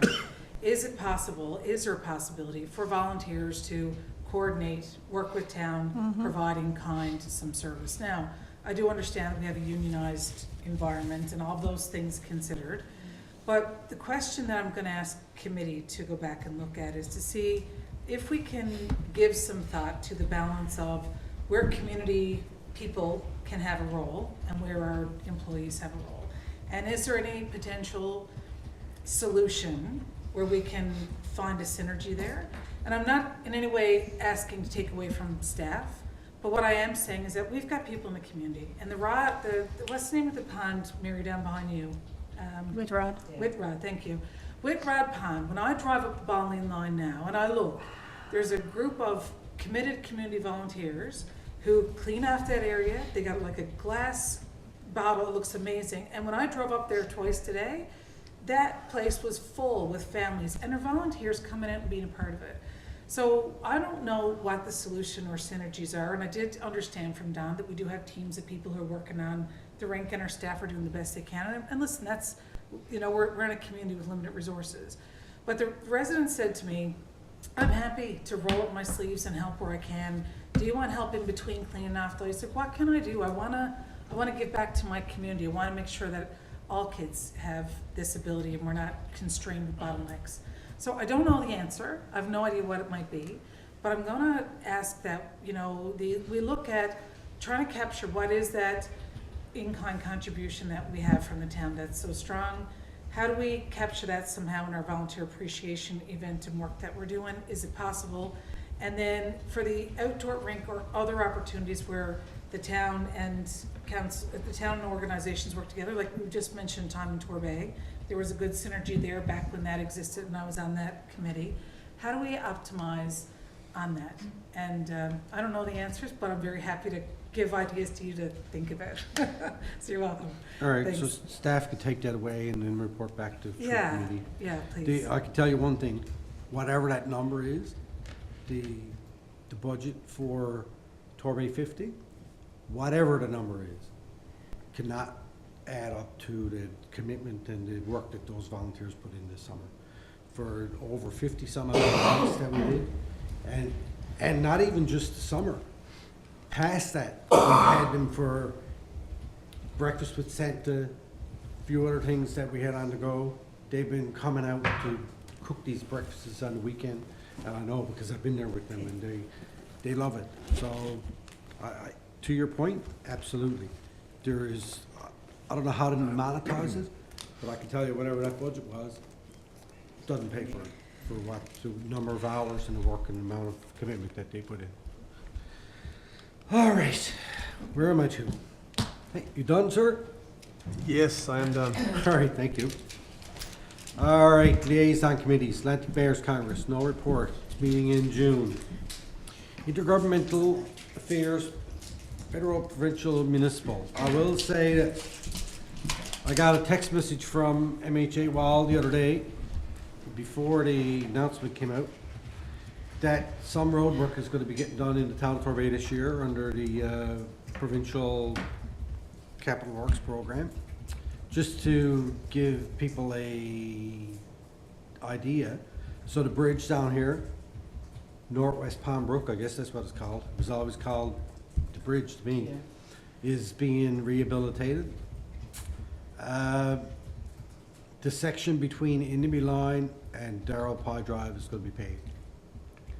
So, and a few other little bit of work going around in the other communities in our district. I want to thank Jody for forwarding that along to me and working hard on our behalf to get the department to come down here and do a bit of work that we appreciate. But we appreciate it more if it happened more often. But anyway, I don't want to say anything bad. It's all good. Thank you. Jack Byrne. We are meeting on the 28th of this month, So we'll have an update after that. Okay, perfect. Nordy Sablon's Joint Council, Deputy Mayor. There's no further update from the last meeting. Okay. RNC, I'm not sure, I know people have heard us talk about, we were gonna have the RNC, I wasn't at the last meeting, I was gonna bring this up, but we did have members, representatives from the RNC in here to meet with council to hear our concerns about the traffic issues within our town. And, you know, we had a great meeting, it was nice for them to come down, we made it known to them, if they are in our town and have to do reports or they want to stop and get out of their car for a break, they're welcome to come in here to the town hall or over at the community center or any of our facilities up to the depot if they want to stop in and take a break and have a coffee or whatever they want to do. They're more than welcome to do that and show their presence in the community. And I do know that 2 days after we met with them, they did do a blitz here in the town and they had cars all over the school zones, which I thought was great, because one of the points that we did make with them was, you know, it's all fun and dandy and we appreciate them coming down and doing traffic stops on Torbay Road where it's 4 lanes wide and the cars are going 70. But the bigger concern for us and for parents is in our neighborhoods and around our schools and around those school zones, and they came down, responded to that and did a blitz. So, you know, the more blitzes they do, the better. It's just to raise awareness for people driving around the town. You know, please take your time and have an eye out, particularly in the winter. Mayor, could we extend a thank you to them for using their social media on that as well? They did actually issue a tweet on the vehicle, and they showed it like, you know, after being compounded, is that the word? I responded to her and thanked them on Twitter. Yeah, because I think it's important to acknowledge that too, the use of Twitter. Like, so many of us would not know that they're doing that blitz, but on Twitter, they had it there, the picture of the car, and said, this is the speed, please slow down. And, you know, it's great because people can see that in the community who might not otherwise be watching our council meeting or might not be in that region at the time, but they're going, the police are here, pay attention, please slow down. So I thought that was great. I just wanted to share thank you for that. Yeah, I was happy to see it because, I mean, as everybody knows, you know, I used to be very active on Twitter in particular and Facebook, but I took a big step back from that because it's such a toxic environment that I didn't want to do it anymore. It's you know, it has uses, but, you know, it's tough. Anyway, you're right, and we will follow up. I know that CAO is going to follow up with the RNC to reiterate our offer to come into our buildings, and at the time I'll make sure she thanks them for coming down and did extra work that they're doing. All right, Torbay Volunteer Fire Department, Councillor Manning. Okay, I don't have any minutes there, but I have no problem saying the fire department is always busy over there in their continuous training and certainly the responses. And talking about social media, I'm not on it very much, but I did see the piece about they were trying to find out, they thought a firefighter had helped in by the school there with a car had lost its wheel or something, and the person that had stopped and helped and was wearing a coat with a firefighter thing on it. So another example of our firefighters are everywhere and prepared for anything and always there to help the community to its fullest. So That's right. for that, we thank them. Absolutely. Okay, thank you. Can I Urban ask one municipality. question on that, please? I just wanted to ask the question, the fire department is a branch of council, and I noticed this week that there was training that we had done with the ICE training. Cold water training. Yeah. Cold water rescue. Do the fire department follow the same protocols that we do as the municipality with the Public Tendering Act? And are we taking opportunities like that out to the community to see who might be able to offer those training services and stuff? They do their own training. Yeah, but what I'm asking is, like, it was one example of it, I'm just asking from the department's perspective, do they follow the same tendering protocols as an RMOF council that we do? Like if they're going out for services, are they required the same as we are to post, we're looking to bring somebody in, do whatever it is that they're procuring and follow and meet those same thresholds and opportunities for fair and equal? I would competitive bids? imagine, but that's a question we can forward on. Yeah, I just wanted to get some clarification on that, if I Yeah. could. Very few of their purchases are over the $50,000 limit to go to tender, but I know Rodney does do quotes, because when he sends over an invoice, he'll often send them over to me and go, here's the 3 quotes that I got, is it okay to go ahead and buy this now? And I'll just tell him yes, and then he sends the invoice back to me again after the purchase, and I approve the purchase. Okay. So he does go out and get quotes for purchases. Okay, so I just want to make sure, like, because I don't know the answer to these questions, but the questions are asked of me, and that's why they end up back here. And I just want to know, like, are we following procurement policies? Are we making sure there's equal and fair opportunities for, you know, that being a branch of council? And I just wanted to ask the question in the chamber. Yeah. From your response there, the answer would, to me, be a yes, but you're a man seeing all that stuff for sure. Rodney's actually really good to work with, and we set up a purchasing system for him, and an approval system, and a requisition system for him, and he's been phenomenal ever since he started. Amazing, thank you. Right, right, thank you. Thank you. Urban Municipalities Committee, we will be meeting in Portrait Coast St. Phillips, March 31st to April 1st. This month. Oh, it's coming close. I'll report back after that. All right, notice of motion. We have notice of motion there from Councillor Appleby. Where is it? Where is the motion? Is there under notice of motion? Oh, yeah, okay, go ahead. Thank you, Mayor. So this is following up on. Can you just do the motion first, please, before no preambles? You already talked about it at the last meeting, right? So do your motion, then talk about it. Okay. So I move that staff time be allocated to look into the decisions that have been made at committee level and behind closed doors since 2017 in the town of Torbay, which have been acted on and are still impacting actions of this council, and that these decisions be brought forward to the public chamber for a public debate and decision. So moved. Seconded. Moved and seconded. So am I allowed to speak to it now? Yep. Okay, thank you. So as I say in the email here, I'm asking for review back to 2017 across all departments. As I recall situations since I've been elected where I have knowledge of or been advised that decisions have been taken at committee level or otherwise which have not been brought forward, debated, or decided in the public chamber. And I want to ensure that we are following the municipal legislation and conducting the business of council as outlined in the Act. And this came up in the mandatory municipal training session through Municipal Affairs. Mayor and I were both in the same session that day. CAO has looked into committee of the whole motions and is working on that part of it.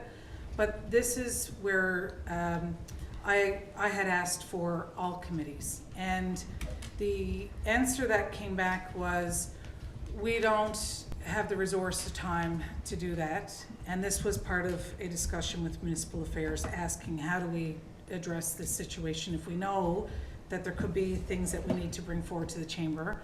And the recommendation that was made by Municipal Affairs to me in a meeting with the CAO was to bring this motion forward and ask that council allow staff to have the time allocated to look into this.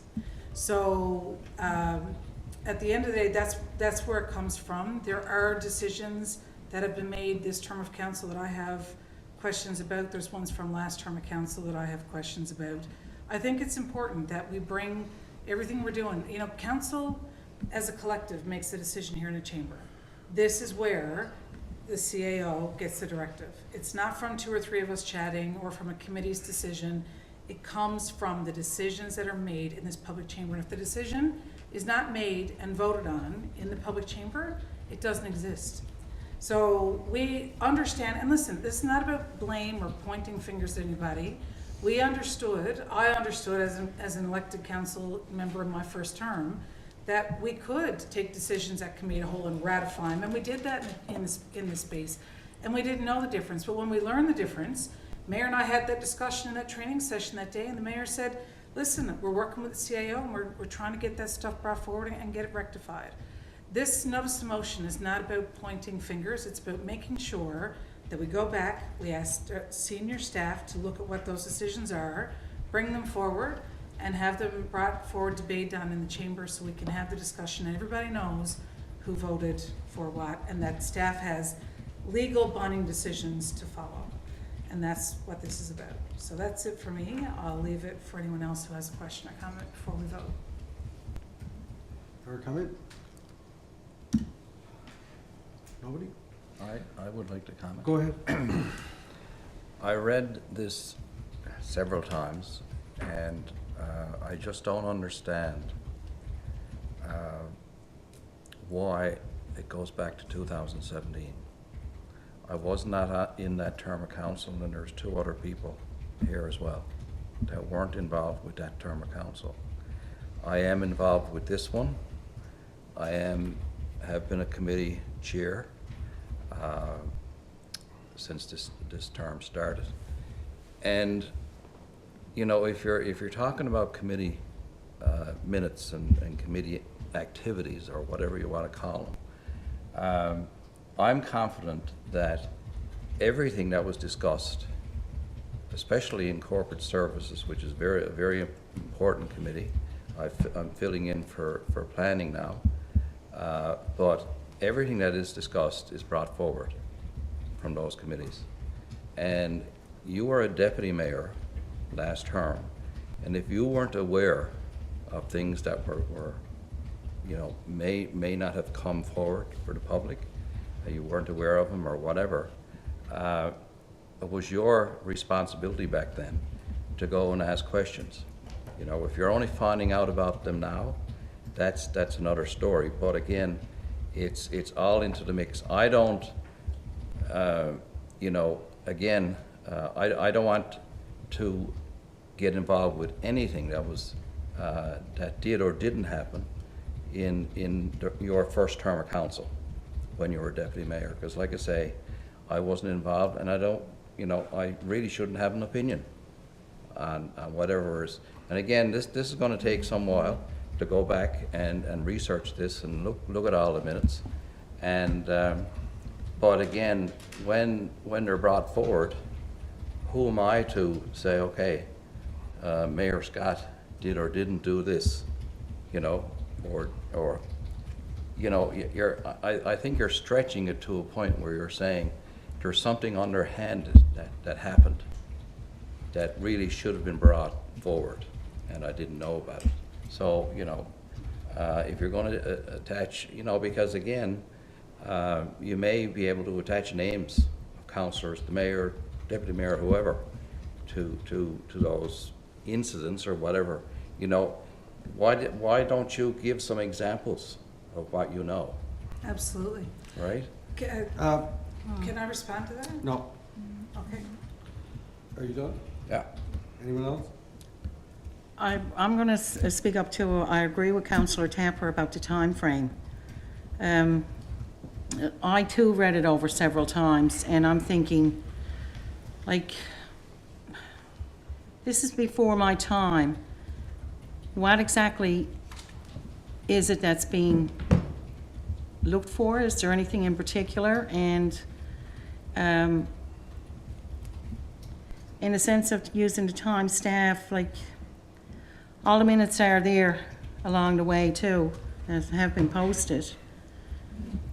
And that's, like, I just can't get over the time frame. It's, and as Councillor Tapper said, and I'm right or wrong, I'm thinking, like, this is before my time, and unless, or is it a major, is there a big, you know, I know it's all major, everything is major, but is there a specific incident or issue that's been brought to your light that we can go back and look at? But I'm struggling with it, the time frame. I am. See it. No? I just want to say that in order to be able to allocate staff for this, because even with the committee of the whole, I know we met today and HR, and we meet not every 2 weeks, but every week. Like, there's things to be discussed because we can't get through some. And I cannot see how one staff, when I go back for 4 years plus that's 6 years, looking at all of that. So if there is something in there in particular, maybe instead of going through all committees as a whole, but I cannot support going back and looking at having a staff dedicated to that. And the other thing that I guess that I don't know, and it keeps coming up, and I don't know where it's coming from, but the fact that municipal affairs keeps the recommendation, or that there's communication with municipal affairs seems to be on a lot of the things that we're doing or not doing. And I guess I go back again to the training, if this is something, because in the next week or so, I guess is my last thing with the mandatory training. But, you know, I don't know where it's coming from, but I do know that we don't have, or the town doesn't have, a dedicated staff to be able to do that. And when we look at the amount of directors that came in looking for additional staff and were said no, that we don't have the funding for it. So that's my, you know, if there's something that can be done in a particular area, but everybody has access to committee to whole meetings as well as committee meetings if there's something in particular that they can go and look for. So that's my take on it. Okay. Councillor Dodd? Yeah, I would just like to state, you know, I do understand, and again, it wasn't part of my time as well, but there's always, I guess, questions the way things are done. But I would prefer, if possible, that we get in probably to more specifics, if there are those examples. Not looking for a needle in a haystack kind of thing, but it would take significant resources, I think, especially for staff to go back through over these things. I don't disagree that potentially there could be something there, but I would hope that we could get into more specifics, that we could direct more to an area or an instance that something happened. Okay. Set my timer, Norman. So, to me, I just think this is overly onerous.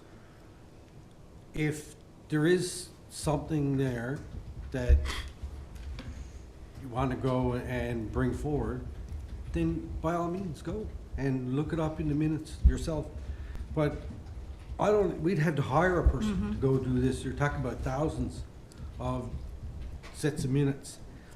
I met with Municipal Affairs along with Councillor Manning and the CAO, and I asked about this, not this particular one, but the other one, to do with the committee at whole minutes. And the advice that I was given from Municipal Affairs, don't look back, go forward. The other thing, and I don't know if everybody is aware of this, probably everybody on council is not aware of it.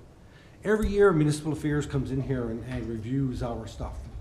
How we do our business, they review our minutes, they review our financials, and they come in and they sign off. And I'm not aware of any issues that they raised, that they were concerned about how we do our business or the documents and everything you're looking at. Am I right about that? They come in? Yes, Matthew Byrne came in last year and he was here for 2 days and he went through everything, including bank recs, financial statements, the whole works. And the letter we got back that there was nothing to know. Right, and they do that every year. Well, that was the first year I was here and he did it. They haven't been in yet this year. Okay. So if there was something glaring there, it would show up. Municipal Affairs in here, doing their job, reviewing how we do our business. So, you know, I have no interest in going back and looking for whatever. If there's something there urgent that needs to come forward, bring it forward.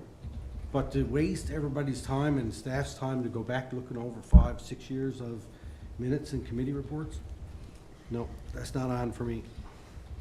Okay, back to you. Thank you.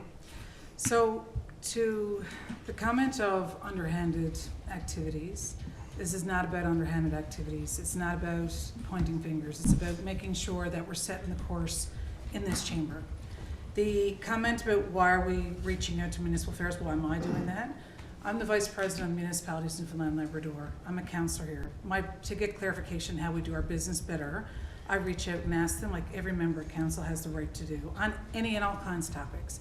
And at the end of the day, if we're not sure, exactly to your point, Councillor Tapper, when I was deputy mayor and a first-term member of council, I went by what I was told here.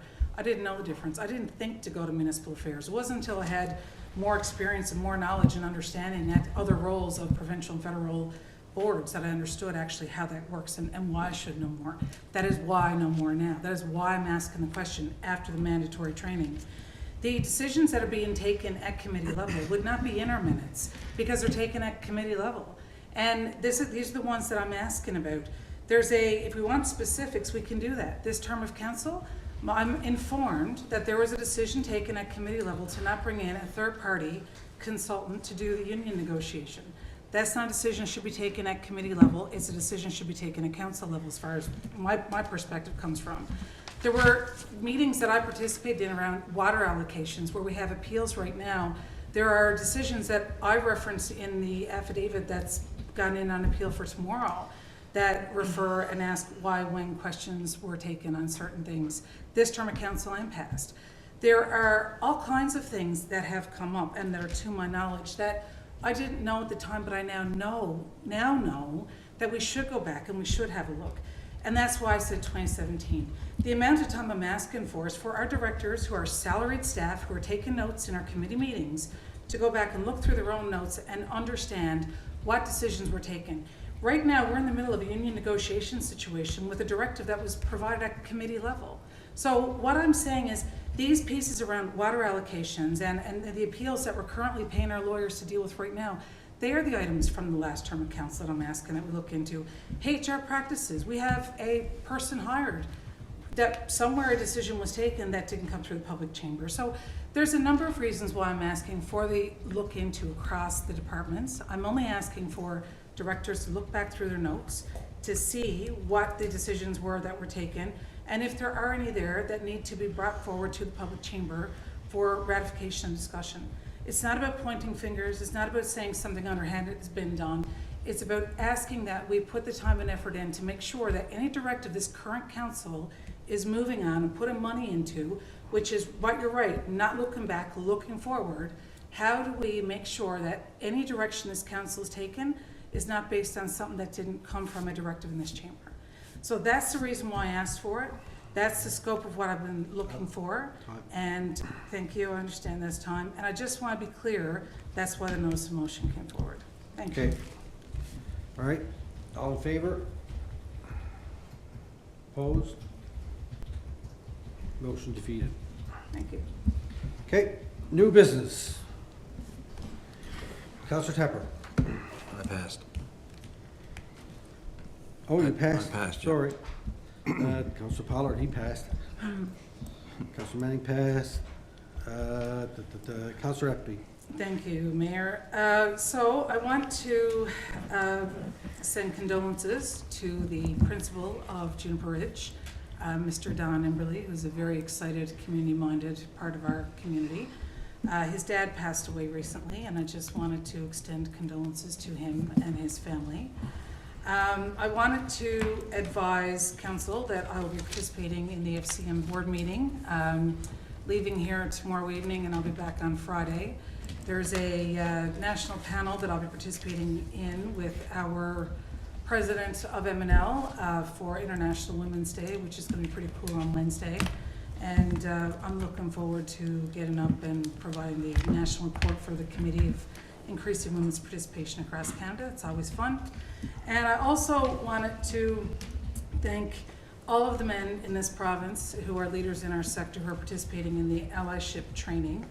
I did see some tweets and some cool stuff about that, and it's great to see that men are coming forward and having the conversations about how they support other people and be inclusive in all people, you know, in our sector. So it's a project that's funded under the Camwell project, which is under my committee at FCM. And just really nice to see that good stuff's happening in that space and people are participating. So I think it's important that we're doing that work, and I want to issue a big thank you to them. And the last comment that I will make is about the FCM meeting this week. There's 3 of us that run that committee. And one of the ladies is due to have her baby on the 7th of March. She can't participate.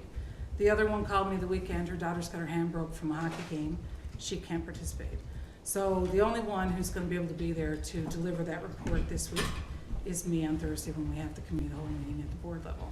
So, it just goes to show the function of our committee and what we do. Women working together across the country and having each other's back, trying to be moms and balancing our lives and our commitment to the work that we do at this table. So with that, thank you. All right, thank you. And I will just say the FCM allyship program, I am participating in it. I am participating in the national one with mayors from across the country. That's 3 months. And I also went down last Saturday and participated in the in-person one. I loved it so much I decided to do it twice. It was actually nice to get there and meet the guy who does it and does the program. I found it's good online, but I found it much better in that space when you're face to face with other men in the room and you can have that open, frank conversation. So it was really good. And, congratulations on that program. Thank you. I would also say, just like to pass along congratulations to all the athletes from our town and around the area who participated in the Canada Games this past little while. See lots of pictures of different sports that we have people involved in all kinds of different sports, particularly wheelchair basketball. I know Alex Wells was participating in that, and there's another little girl too. I don't know if she was in or not. That's why I hate to name names, but congratulations to all of them, and keep up the good work and good luck as you go forward. And with that, our next public council meeting is scheduled to take place on Tuesday, March 21st, 2023 at 6:30 right here in the council chambers Is there any in town, questions? Torbay. What, questions? No? No questions? Nothing came in online? Oh, that's what I just, No. So, with that, I would entertain a motion to adjourn, please. So moved. Second. Moved, seconded, all in favor? Aye. Opposed, carried. Thank you, everybody.